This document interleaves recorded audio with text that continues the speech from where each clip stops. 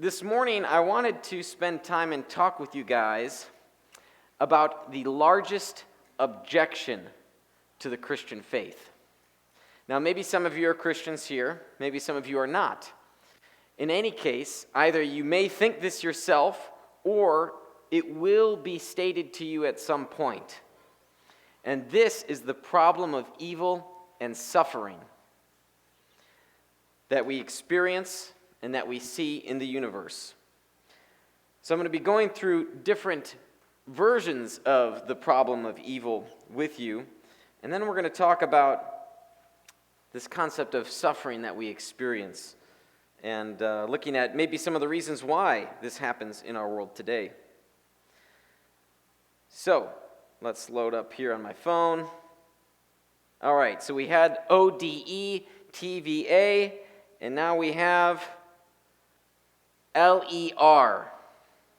Not as cool, I'm sorry. LER, logical, evidential, and relational problems of evil and suffering.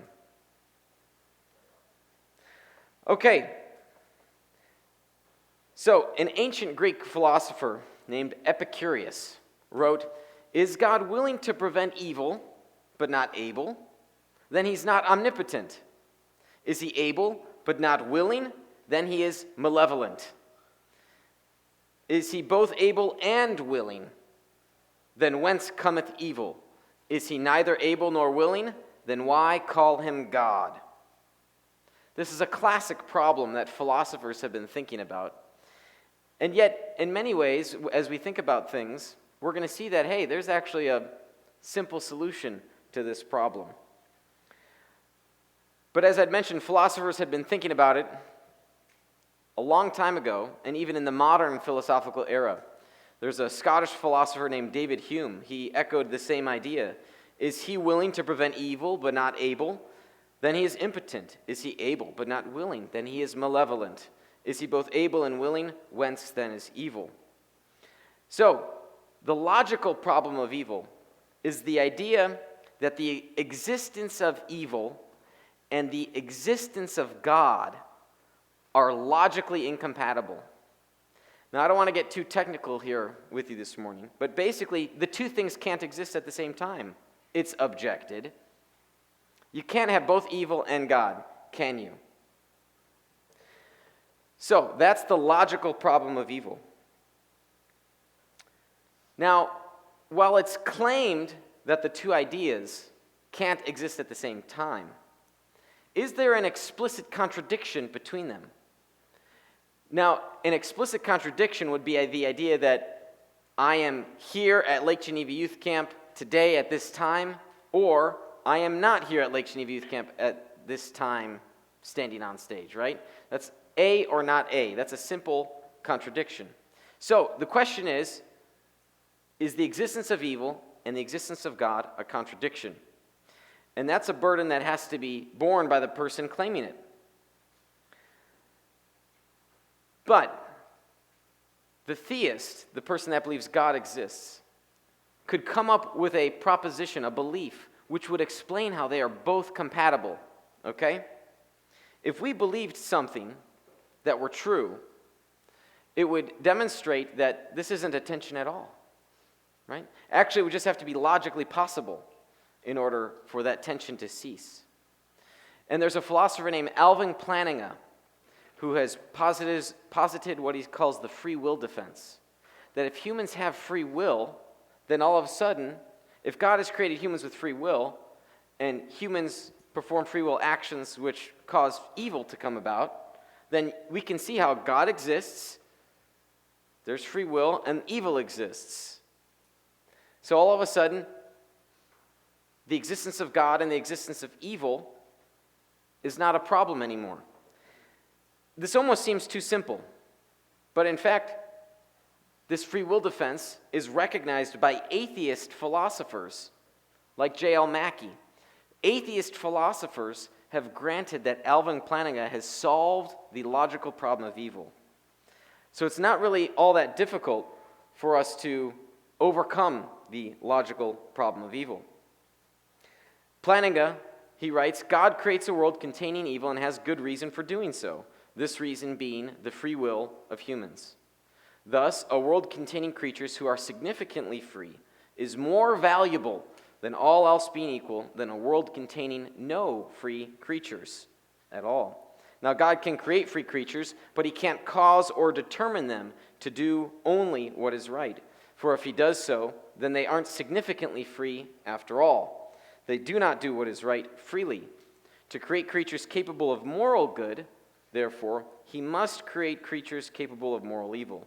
And he can't give these creatures the freedom to perform evil and at the same time prevent them from doing so. So, as we think about free will, we think about how humans themselves perform evil actions. We're going to get into that a little later as well. Could we go to the next slide? My phone is having trouble connecting. Great, thank you. So, as I've talked about, the logical problem of evil is an issue that has spanned for millennia, and yet now, today, in the 21st century, well, going back to the 20th century, it's been solved by Alvin Plantinga. There's not really a contradiction between the omni-attributes of God and the existence of evil, so long as it's logically possible that humans have free will. All right, next slide. So, this is the trickier problem for the theist today. And it's trickier because this isn't a claim about what's logically possible or logically impossible, but it's a more modest claim. What's likely to be the case. The evidential problem of evil, our E point, is the claim or the concern that the existence of God is improbable given the extent of evil or some gratuitous instance of evil. How many of you have seen Bambi? Bambi cartoon, okay? What can someone recount for me the opening scene? What's so sad about that scene? Bambi's mom dies. It's the premise of the film, right? It's the opening scene. Bambi dies. We experience that evil and suffering. How many of you have seen the Pixar film Up? So good, right? I love that movie. My wife and I had an Up-themed wedding. Oh, yeah, it was awesome. Yeah. Okay. How many of you remember that opening montage?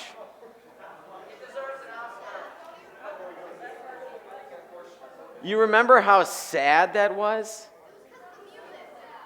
Well, it wasn't just because of the music. The music was a large participant. So, you have Carl and you have Ellie. They meet as kids, they grew up together, they get married. They want to start a family, but they can't. They have trouble conceiving. Their greatest dream is unmet. Someone said it deserves an Oscar itself. It does. It is so powerful because we recognize the suffering that they've experienced. We know people like that. Perhaps we ourselves are part of that suffering. We experience that suffering. All right, am I back here? Okay, great. When we consider the evidential problem of evil, we can think about the amount of evil and suffering in the world is so great. God couldn't possibly exist, could he?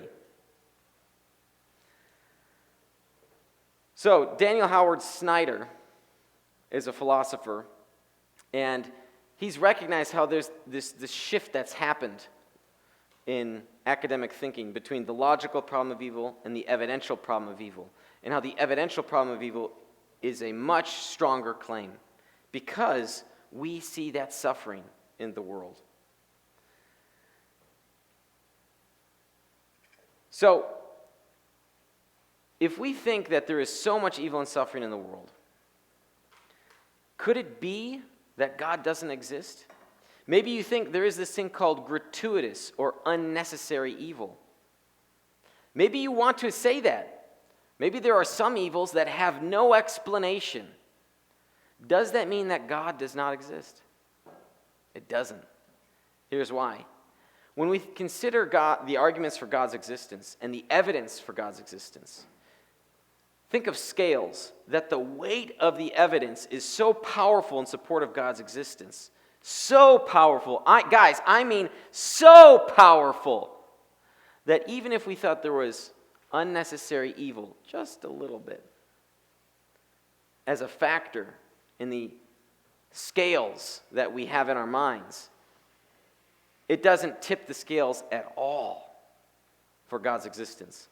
So even if you were to think that gratuitous evil exists, unnecessary evil exists, it wouldn't lead to the conclusion that God does not exist. So, if you wanted to put the gratuitous evil argument in a formal form, we've gone through some deductive arguments here. This is an argument formulated by a non-Christian. His name's William Rowe. He says, there exists instances of intense suffering that God could have prevented without thereby losing some greater good. God would prevent the occurrence of any intense suffering he could, unless he couldn't do so without some greater good. Therefore, God does not exist. Now, traditionally, theists have objected to the first premise. But more recently, a small number of theists have been wanting to embrace that idea. And in particular, there's a camp of certain Christians called open theists. It's pertaining to God's foreknowledge. But they say, no, there is gratuitous evil that God just can't stop from happening. Well, like I said, even if that were the case, it doesn't mean God doesn't exist. Indeed, those open theists believe God exists. So you could bite the bullet and think, yeah, there is gratuitous evil.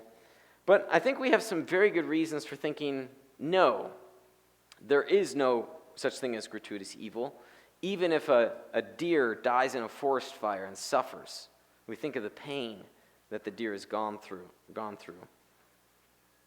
There are some reasons for this. First, skeptical theism. So, not to be skeptical of theistic belief. Skeptical theism is a technical term. It refers to the idea that there's a large gap in our knowledge of what humans can know and what God knows. Paul writes about this in Romans 11. He says, "Oh, the depths of the riches of the wisdom and knowledge of God, how unsearchable his judgments and his paths beyond tracing out. Who has known the mind of the Lord?" Plantinga, our hero of the logical problem of evil, he says this about skeptical theism. Why suppose that if God does have a good reason for permitting evil, that the theist, we should be the first to know what that reason is? Perhaps God has good reason, but that reason is too complicated for us to understand. So for all we know, God has good reasons for allowing particular cases of evil to appear unnecessary. It may appear unnecessary to us, but that doesn't mean that they are unnecessary to God. We could think of the story of Joseph. Joseph is sold into slavery by his brothers in the book of Genesis. His brothers were jealous of him because he was his father's favorite son. He was the one with the colorful coat. So what did they do out of their jealousy? His brothers sold him to slavery.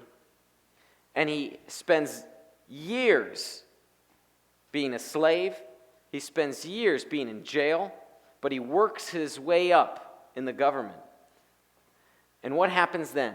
He becomes third in command, and during this time, he oversees a famine in the land. Now, God gave him the gift of dreams, to interpret dreams, so he foresaw this famine coming. He saved food during prosperous times. He was able to save the people of the region. This is critical because he was responsible for saving the line that Jesus would come through, the genealogical line. So even though at that time how unjust it is for brothers to sell their brother into slavery. God had a plan that he was working out for grand purposes. So even though in that moment we might not have recognized what that evil was, it was still evil. It was not a good act. God can use those bad cases for good. And that's what Joseph says. So, we might think of just a generic way of communicating this. How many of you have heard of the butterfly effect? The butterfly effect is, roughly speaking, the idea that a butterfly could flap its wings in South Africa and set in motion forces that would eventually start a hurricane over the Pacific Ocean somewhere, the Indian Ocean, the Atlantic Ocean. So, sometimes it's also called a rippling effect. So skeptical theism would embrace this idea that, hey, there are unseen forces here. We don't exactly know what's going on.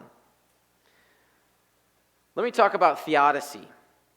Theodicy is the attempt to reconcile the divine goodness and providence of God in light of the existence of evil. So recall from the logical problem of evil, that was trying to show, hey, these things were not contradictory. There's no explicit contradiction.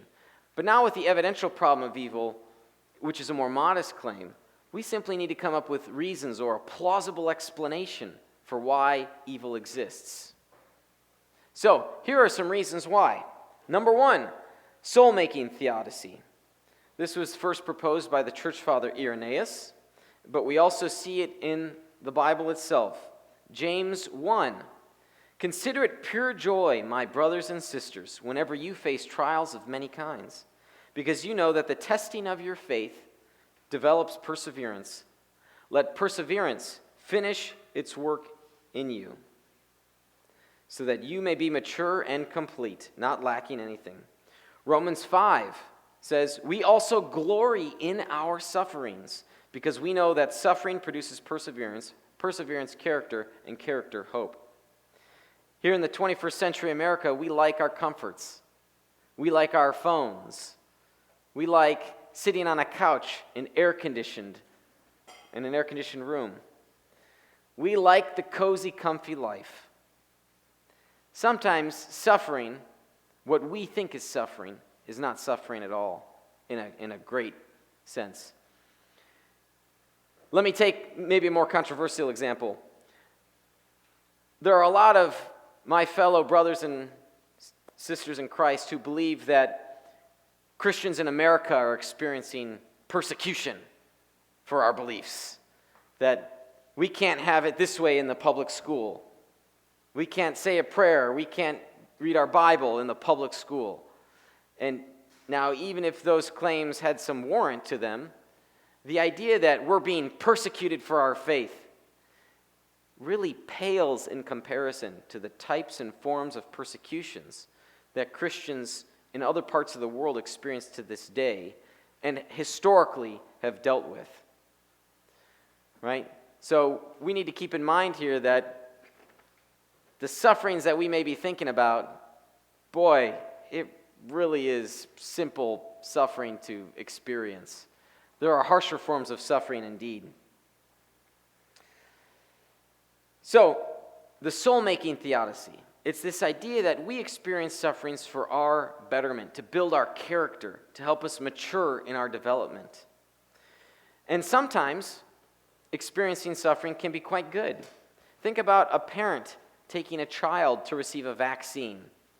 Measles, mumps, rubella vaccine, right? The parent knows, as soon as my child gets pricked with that needle, I hate needles, by the way, the kid's going to cry. It's going to hurt. I once took one of my kids to the doctor, and they had the silent cry. Ah! I mean, you see it on their face.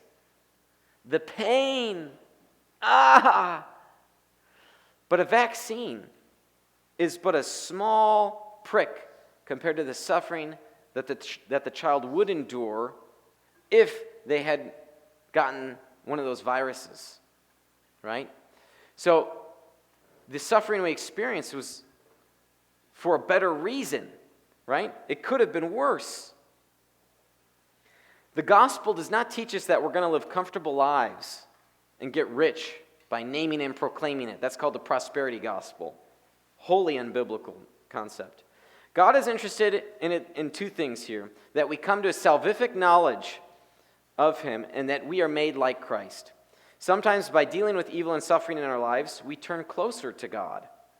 The Apostle Paul writes in 2 Corinthians 4, "Therefore do not lose heart, even though our outward man is perishing, yet the inward man is being renewed day by day. For our light affliction," he calls it a light affliction, "which is but for a moment, is working for us a far more and eternal weight of glory. While we do not look at the things which are seen, but at the things which are not seen. For the things that are seen are temporary, but the things which are not seen are eternal." It very well may be that there's some evil that has no earthly purpose. Maybe you think it appears unnecessary. It doesn't have an earthly purpose, but it may have some other purpose. All right, let me talk about the free will theodicy briefly. It's this idea that, hey, we've got free will and humans do bad things. How many of you have done something you shouldn't have done before? Everybody's hand should be up. Everybody's hand, right? Everybody has done something that they shouldn't have done before, and we knew it. We knew we shouldn't have done it, and we did it anyway, out of pride. So, God gave us free will, and we perform evil actions. We could think of some of the most horrendous occurrences during the Holocaust, when the Nazis performed evil works against Jewish people, and even children. Nazi guards would torture humans. Why would God allow this to happen? God has created a world in which people have free will, and we use this free will poorly. All of us are capable. We have the ability to do what the Nazi guards did to the Jewish people. We all have that same ability. Think about that. We have that same ability.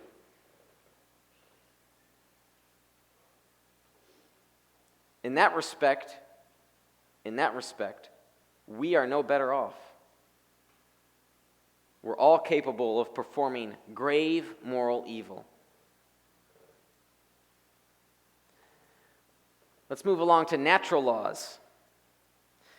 The universe needs natural laws for order. Without these laws, we would cease to exist. Some of these natural laws function in a way that bring harm to humans. It brings about suffering. If you live in Southern California, you're basically saying, hey, I know earthquakes don't happen all that often, but they still do happen. If you live in the Midwest, well, you might have tornadoes. Back in June, there was a tornado that ripped through the western suburbs of Chicago. Very rare, but there was extensive damage done between Woodridge and Darien, maybe a little bit of Naperville. So if you live in the Midwest, you're basically saying, hey, there might be tornadoes. Or if you live on the East Coast, hurricanes. Almost anywhere on Earth, there are what the insurance industry calls acts of God to refer to weather events. Now, some Christians, including a church father named Augustine and other philosophers, have posited that there's a spiritual world in which there are dark forces which are at least in part behind the weather patterns. Satan's demons are participating in this behind the scenes.